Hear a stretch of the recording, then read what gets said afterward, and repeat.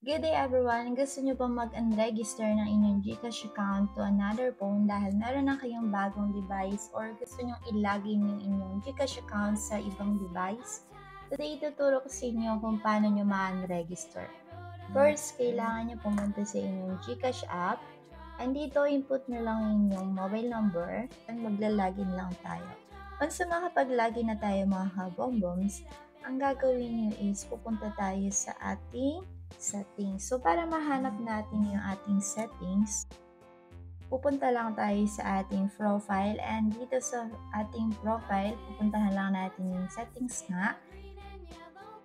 And dito, tap natin yung account secure. And bago tayo mag-proceed mga kabomboms, ipapaalala ko lang sa inyo na hindi nyo ma-register yung inyong account sa isang device kung wala na kayong access sa device na yun. So, paano kung nawala yung cellphone nyo or nawala yung SIM card nyo?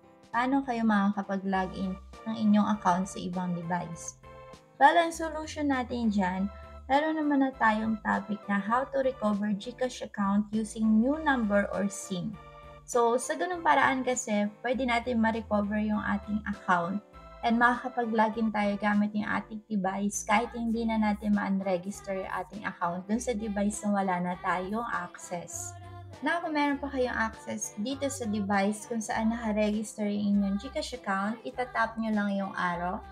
And dito, makikita nyo yung inyong registered phone, unregistered phone button. So, tap lang natin yan or click natin.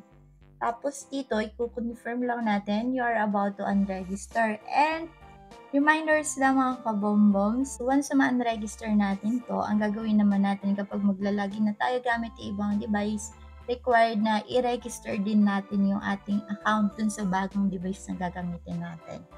So, tap na natin yung yes and register. And dito, para makapag-proceed na, kailangan natin mag-selfie para ma-verify natin yung ating identity. Tap natin yung next.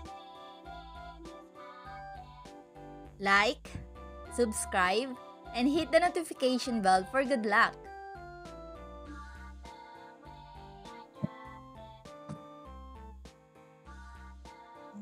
Ayan, so mababasa natin na successful na nga yung pag-unregister natin ng phone na to and makaka-receive din tayo ng message from GCash and kinonfirm na nga na nakapag-unregistered na tayo ng ating device sa ating GCash account.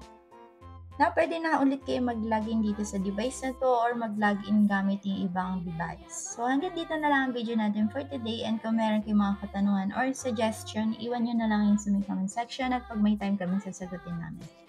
Thank you for watching and stay blessed.